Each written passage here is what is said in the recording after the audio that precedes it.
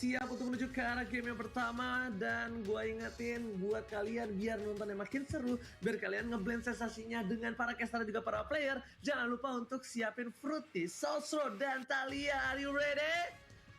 Of course, kita harus selalu siap Oke. dong karena ini adalah match pembuka kita yang pastinya bakal menantang banget. Kita sudah melihat adanya Link yang ternyata kita semua mengira Baras menjadi jungler, salah.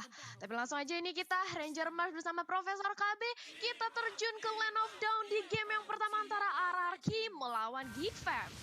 Alright, Jebun berada di arah mid lane bersama dengan seorang Violence. Dan kemungkinan besar kali ini para pemain dari tim Rakisiana dan juga dari tim Gifem Junior ini bakal sedikit bermain dengan aman di bagian gold lane-nya. Tapi kayaknya dari sisi EXP lane ya mereka agak sedikit barbarian tuh kalau misalnya aku lihat-lihat. Yami sudah level 2 dan Maevs masih level 1 karena gerobaknya belum meleduk balon hijau. Profesor KB dan Thalia. Maevs, benar. Kalau misalkan untuk mempermudahnya. Tapi untuk melihat dari 4 hero yang hadir dari RRQ sana, mereka emang lebih butuh kuantiti sih ketimbang daripada ganking yang kecil. So, Geek Fam Junior, apakah mereka bisa untuk memanfaatkan split push karena mereka punya Link di sini, Ranger Mas?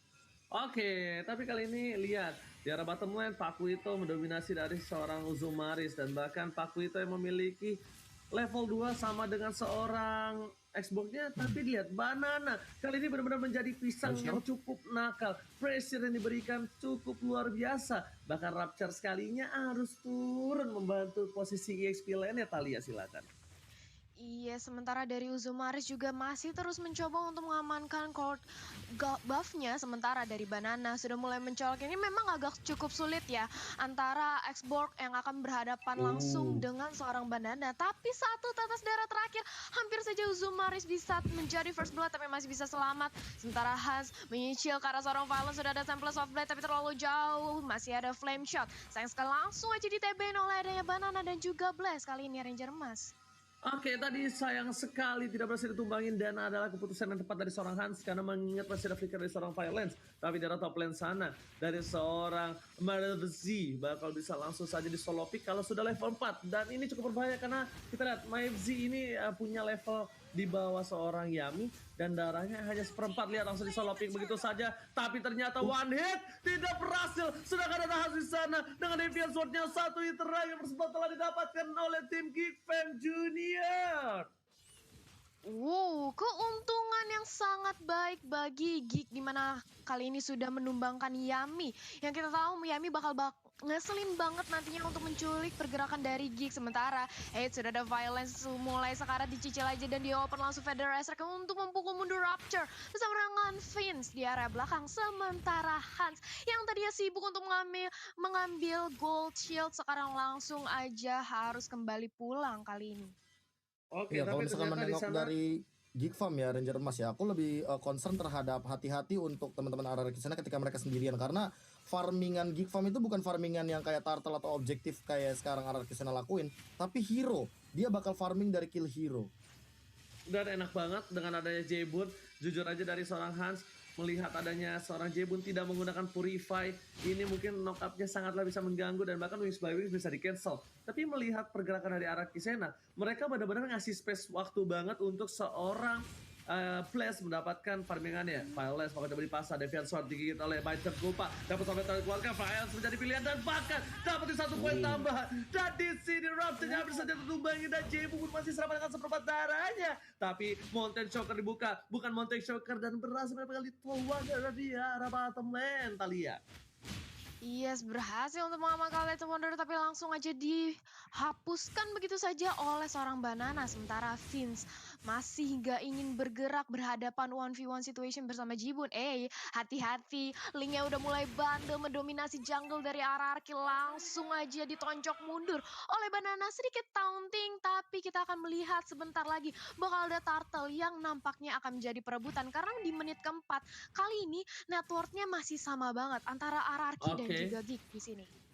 Oke, dan Oh, bahkan kali ini mereka kehilangan lagi satu buah poin tambahan. Violence menjadi makanan lagi untuk Biden Kupa. Tapi Banana di depan sana masih ada satu bang knockout yang dikeluarkan. Rapture menjadi pilihan dan Kobe flicker lagi langsung ditumbangin kan, tapi ternyata tidak satu yang terakhir flicker digunakan mau nggak mau.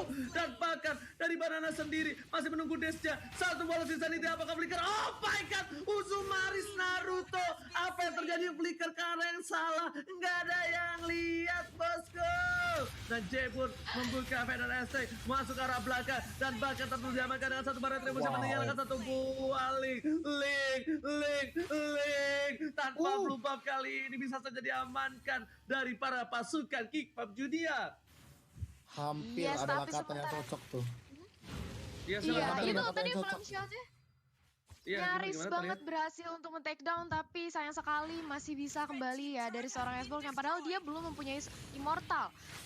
Tapi tunggu dulu, sudah ada Vince juga yang membuka Sigma Umbrella, tapi sayang sekali damage yang diberikan oleh Sun Shin masih terlalu sakit masuk ke arah Kagura. Sementara Uzumaris melihat adanya Feather Ice Strike tidak berani untuk mendekat kali ini Profesor KB. Ya aku nggak ngerti kenapa Hans tidak langsung mempop up tadi dari Tempest of Blade-nya, padahal di posisi dia bisa menangkap 2 bahkan 3 hero sekaligus. Dan sekarang Hans agak sedikit ketinggalan dari sisi Blaze-nya dengan satu level yang ada. Dan karena ini adalah Link, aku lebih takut kalau seandainya Yami nanti di late game benar-benar bisa menghentikan pergerakan dari Hans-nya. Karena kita tahu sendiri ketika tidak ada Tempest of Blade, Link tentunya akan lebih mudah lagi untuk di pick off. Oke, bang coba lihat dimakan oleh seorang Bars di depan sana. Bang coba dijalan satu Molten Shock dan harus hilang parsanya. Burungnya terlumat dengan jelas. Sedangkan di arah top lane sana mencoba untuk nge-defense satu buah turret dan para pemain dari tim Geekpop mendapatkan 5 poin kill walaupun kita lihat berbanding jauh dari segi goldnya. 2000 gold di menit yang ke-6 ini bukan hal yang kecil loh Talia. Iya, dan kali ini kalau kita melihat dari segi networknya berbeda 1024 detik lagi ini Turtle yang akan menjadi objektif terus-terusan oleh RRQ nampaknya harus mulai dikontes oleh Geek. Yang padahal kita tahu ya di sini hero-hero dari Geek masih cukup sustain, ada Myvis, ada Uzumaris dengan S-Borg-nya bersama dengan Rapture. Tapi kenapa nih kira-kira Profesor KB, kenapa Geek tidak agresif bermain ke arah seorang RRQ?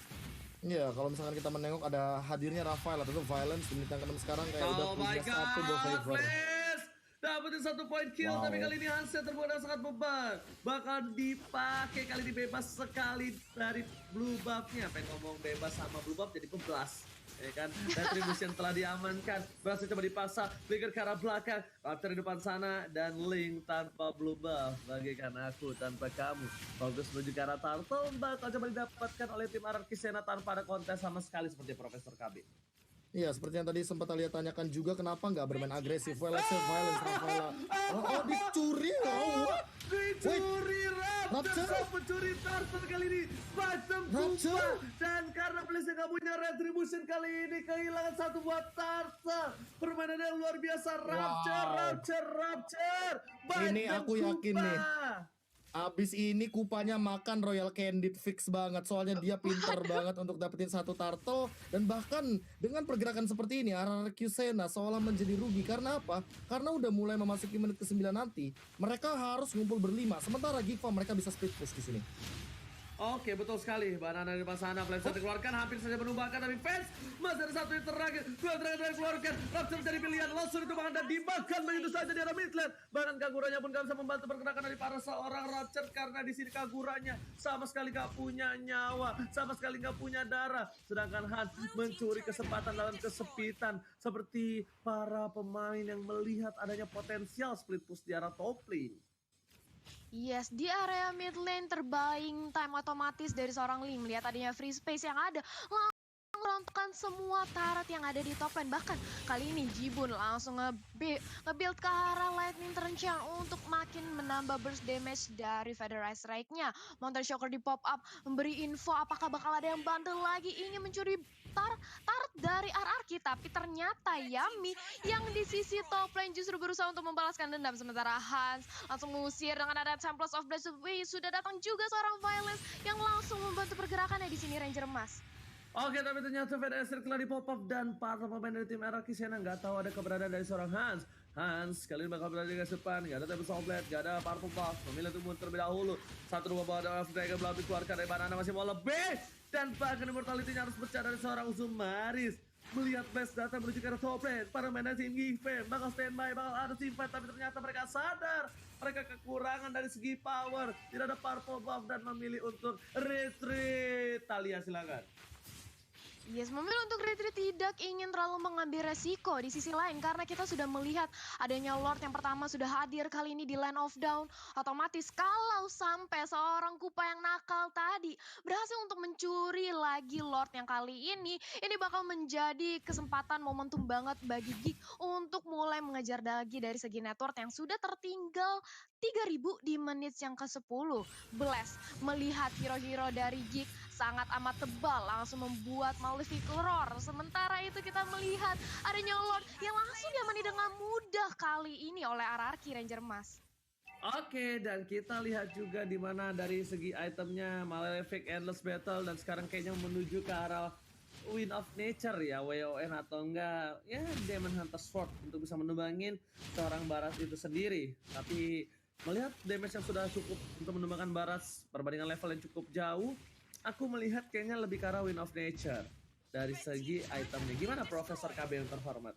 Ya, possibility untuk Wind of Nature benar-benar sangat tinggi, apalagi Hans kerap kali mengincar ke arah Blaze semenjak menit-menit awal. Tapi Hans juga di sini belum cukup damage yang untuk bisa menumbangkan seorang Blaze, apalagi kita tahu sendiri Traceless menjadi satu titik tumpu dari seorang Ishunshin sehingga dia bisa melakukan escape dari gencatan perang seorang Hans kalau saya dia benar-benar mengincar ke arah belakang. Namun yang harus diperhatikan sebenarnya bukan Blaze tapi Yami. Yami dari tadi seolah tidak terlihat, tapi itemization-nya dia udah cukup lengkap dan bahkan untuk melakukan split push sendirian dia juga sangat mengerikan. Dan Yami bakal saja di pick out, tapi ternyata flickering udah kan untuk cover dari Jebun dan juga Violence. Jebun sekarang menjadi pilihan kedua, tapi Yami sepertinya sudah mulai membantu kembali. Wave yang dikeluarkan. Hans ini panggil sekali langsung tumbang di arah mid lane, dan bahkan di arah mid lane para pemain dari tim RRQ Sena berkesempatan mendapatkan inhibitor di dua lane yang berbeda. Ini berbahaya Profesor dan juga Talia. Silakan Talia. Yes, ini berbahaya banget dimana kita melihat menyisakan inhibitor aja di area mid dan juga bottom lane, sedangkan di area top lane nampaknya bakal menjadi sasaran selanjutnya oleh RRQ untuk mengamankannya. Blast, benar banget tuh Ranger Mas langsung mengamani Demon Hunter Sword yang bakal bikin meleleh dari seorang Barat yang super tanky. RRQ sangat mendominasi di menit yang ke-12, sebentar lagi Lord akan hadir yang sudah enhance. Sementara itu di area top lane Uzumaris sudah sekarat, tapi Softblade dibuka. Jibunnya yang pertama kali menjadi sasaran, tapi walaupun begitu dia berhasil menukarkan nyawanya dengan satu nyawa dari seorang Uzumaris kali ini di area top lane Ranger Mas. Oke, tapi kalau menurut aku di menit segini udah nggak worth it ketika Jebun tumbang karena dia adalah salah satu high ground yang sangat dibutuhkan walaupun ditukar dengan Uzumaris sekalipun, kecuali ditukar sama Vines. Kenapa? Karena Vines ini bakal menjadi salah satu hero damager terkuat dan bahkan menjadi tombak utama untuk Geek Fam Junior karena Hansnya. Possibility dia untuk masuk ke arah backline itu benar-benar sulit sekali. Melihat damage dari Blaze yang udah besar banget dan bahkan Barat sekalipun nggak bisa menahan, Hans coba bisa follow up. Hans melakukan solo pick off mungkin ketika adanya Jebun yang sudah terlihat. Tapi Vines ini dengan payungnya, ketika payungnya mendekati para pemain dari tim RRQ Sena, Vines nggak harus membuka badan. Dan itulah kenapa aku bilang Vines untuk saat ini menjadi salah satu tombak dari tim Geek 5 Junior. Profesor KB silakan.